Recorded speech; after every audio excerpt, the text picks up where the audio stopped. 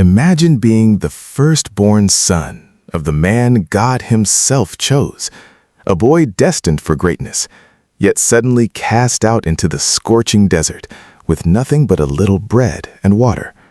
Your world shatters in an instant. This is the raw, heartbreaking, and ultimately triumphant story of Ishmael, the son of Abraham and Hagar. One moment, he was the pride of his father's camp. The next, he was abandoned to the merciless sands. How would you feel if everything you knew, security, family, love, was ripped away without warning? In this powerful video, we'll journey through the twists, the betrayals, the tears, and the miracles that turned a rejected boy into the father of a great nation. You'll witness how despair forged unbreakable strength, how the barren desert became a home, and how God's promises shine brightest when all hope seems lost. If you're facing your own impossible wilderness right now, this story will ignite your faith and remind you that no situation is too hopeless for God. Stick around to the end for the life-changing lessons that still speak to us today. And hey, if you're loving these inspiring Bible stories, hit that like button, subscribe, and turn on notifications so you never miss what's coming next. Let's dive in. Once upon a time, in the ancient lands of Canaan, there lived a man named Abraham, a towering figure of unwavering faith. From his youth, Abraham had walked with God, clinging to divine promises that he would become the father of a mighty nation, with descendants as countless as the stars in the night sky. But the years rolled on relentlessly. Abraham grew old, his face etched with deep lines of waiting. His beloved wife Sarah felt the heavy ache of barrenness even more keenly. The dream of holding their own child slipped further away with every passing season. Nights that once brimmed with hopeful whispers now fell into heavy silence. Abraham would often step outside his tent at night, gazing up at the vast canopy of stars, and hear God's gentle voice reaffirming the promise, "Your offspring will be as numerous as these stars." Yet doubt crept in like shadows. How could it be? Time seemed to mock their faith. Sarah's heart grew heavier with each wrinkle that appeared on her face. The pain of unfulfilled longing became unbearable. One day, unable to wait any longer, she approached Abraham with a desperate plan born from years of sorrow. "Abraham," she said, her voice steady but laced with quiet sadness, "the Lord has kept me from having children. Go and sleep with my Egyptian servant Hagar. Perhaps through her I can build a family for us." Abraham hesitated, his heart torn, but he ultimately agreed. It seeds of future conflict. Before long, Hagar conceived. As her belly began to swell with new life, something shifted inside her. The once humble servant now carried Abraham's child, the long-awaited heir. A spark of pride ignited in her eyes. She no longer lowered her gaze as submissively as before. Sarah noticed the change immediately, the subtle defiance in Hagar's posture, the quiet sense of superiority. It stung like salt in an open wound. What had started as a desperate attempt to fulfill God's promise now brewed into bitter jealousy and resentment. Sarah's treatment of Hagar grew harsh and cold. The tension in the camp became thick and suffocating. Hagar, feeling the weight of Sarah's anger and unable to endure the hostility any longer, made a fateful decision. One early morning, while the camp still slept under the desert stars, she slipped away quietly, fleeing into the vast, empty wilderness. Pregnant and alone, Hagar wandered through the scorching heat. Her feet blistered against the hot sand. Thirst and exhaustion pressed in. When she could go no further, she collapsed beside a spring of water in the desert, the well later called Bir Lahai Roi. There, in her deepest despair, something miraculous happened. An angel of the Lord appeared to her. "Hagar, servant of Sarai," the heavenly voice called, gently yet powerfully. "Where have you come from, and where are you going?" Trembling with emotion, Hagar poured out her pain, the persecution, the rejection, the fear for her unborn child. The angel listened with compassion and then delivered a command mixed with breathtaking promise.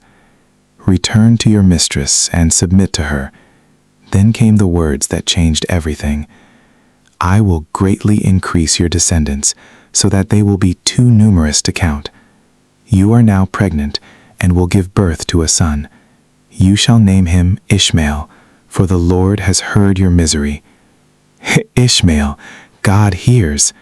In that moment of brokenness, Hagar realized she was not forgotten. God had seen her affliction. Strengthened by this divine encounter, she gathered her courage and returned to Abraham's camp, carrying the child of promise in her womb. Time passed.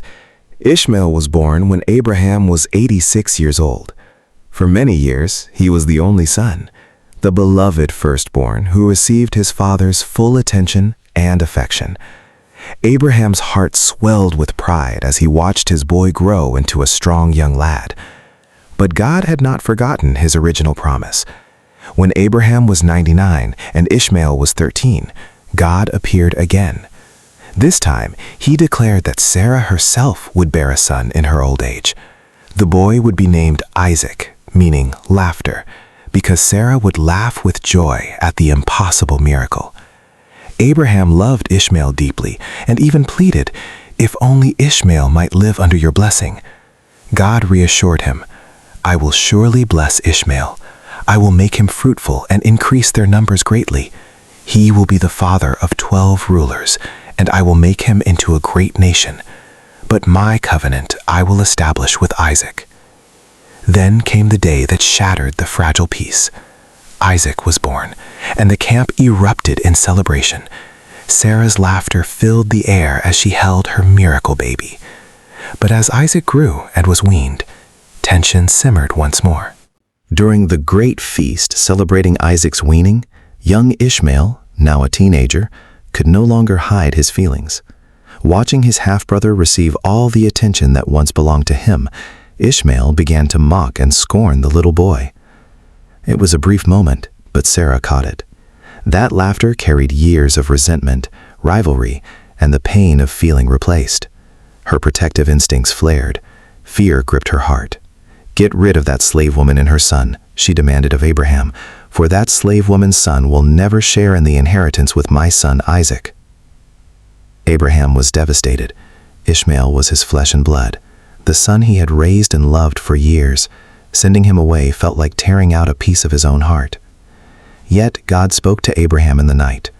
"Do not be distressed about the boy or your slave woman.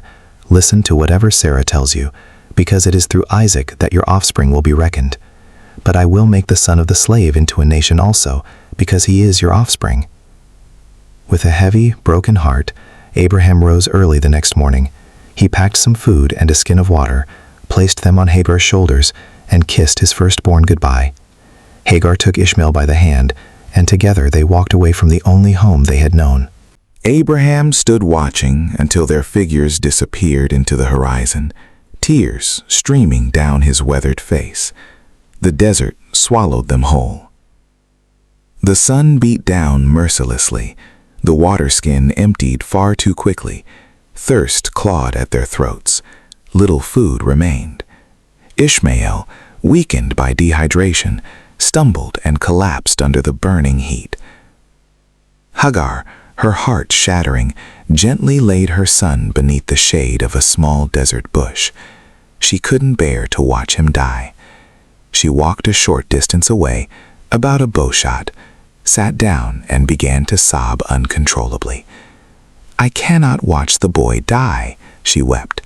Her cries echoed across the empty sands. Then, in the midst of her despair, God heard the voice of the boy. An angel of God called to Hagar from heaven. "What is the matter, Hagar? Do not be afraid. God has heard the boy crying as he lies there. Lift the boy up and take him by the hand, for I will make him into a great nation." Suddenly, God opened Hagar's eyes. There, right in front of her, shimmered a well of fresh water, a miracle in the wilderness. With renewed strength and overflowing joy, she ran to the well, filled the skin, and rushed back to give her son a drink. Life flowed back into Ishmael's body. In that moment, mother and son understood. They were not abandoned. God was with them. The promise rang clear once more. Ishmael would not only survive, he would thrive and become the father of a great nation. From that day forward, the desert that once threatened to claim their lives became their classroom and their home. Ishmael grew up in the wilderness of Barren, shaped by its harsh beauty and unforgiving challenges. Under the relentless sun and wild winds, he developed into a strong, fearless young man, as resilient as the shifting dunes around him. He mastered the bow, becoming a skilled archer whose precision and courage earned respect from all who knew him. Hagar, ever watchful and proud, found an Egyptian wife for her son, ensuring their lineage would continue. Ishmael lived to see God's word fulfilled as he became the father of 12 sons who grew into princes and rulers of mighty tribes. His descendants spread across the regions, numerous and influential, just as the Lord had declared. Ishmael's story didn't end in rejection. Though he did not inherit the covenant promise given to Isaac, God remained faithful to him. Years later, when Abraham passed away, Ishmael returned alongside Isaac to honor and bury their father, a quiet sign of reconciliation and shared blood. Wow, what an incredible journey of pain turning into purpose. If you're inspired by how God can transform the deepest wilderness into a place of destiny, hit that like button right now and subscribe with notifications on so you catch every new Bible story that builds your faith. Ishmael's life carries powerful lessons for us today. First, God hears.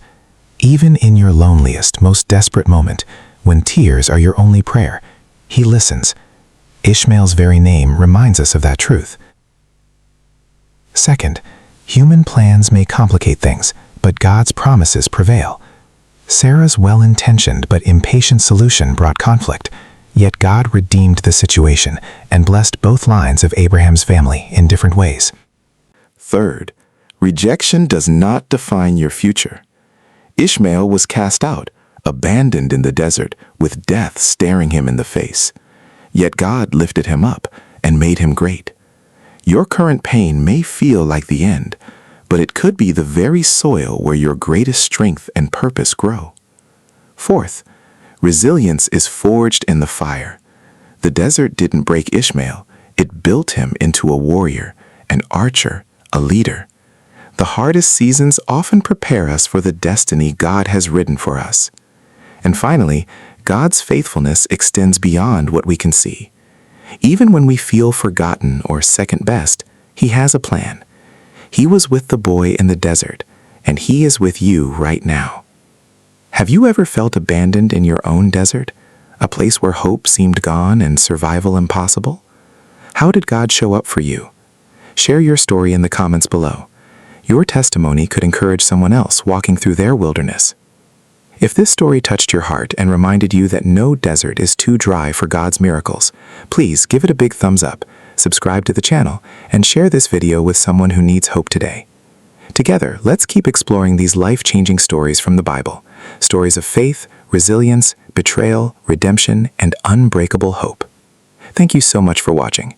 Until next time, remember, even when everything is taken from you, God can turn your pain into power and your desert into destiny. God bless you. Stay strong and keep believing.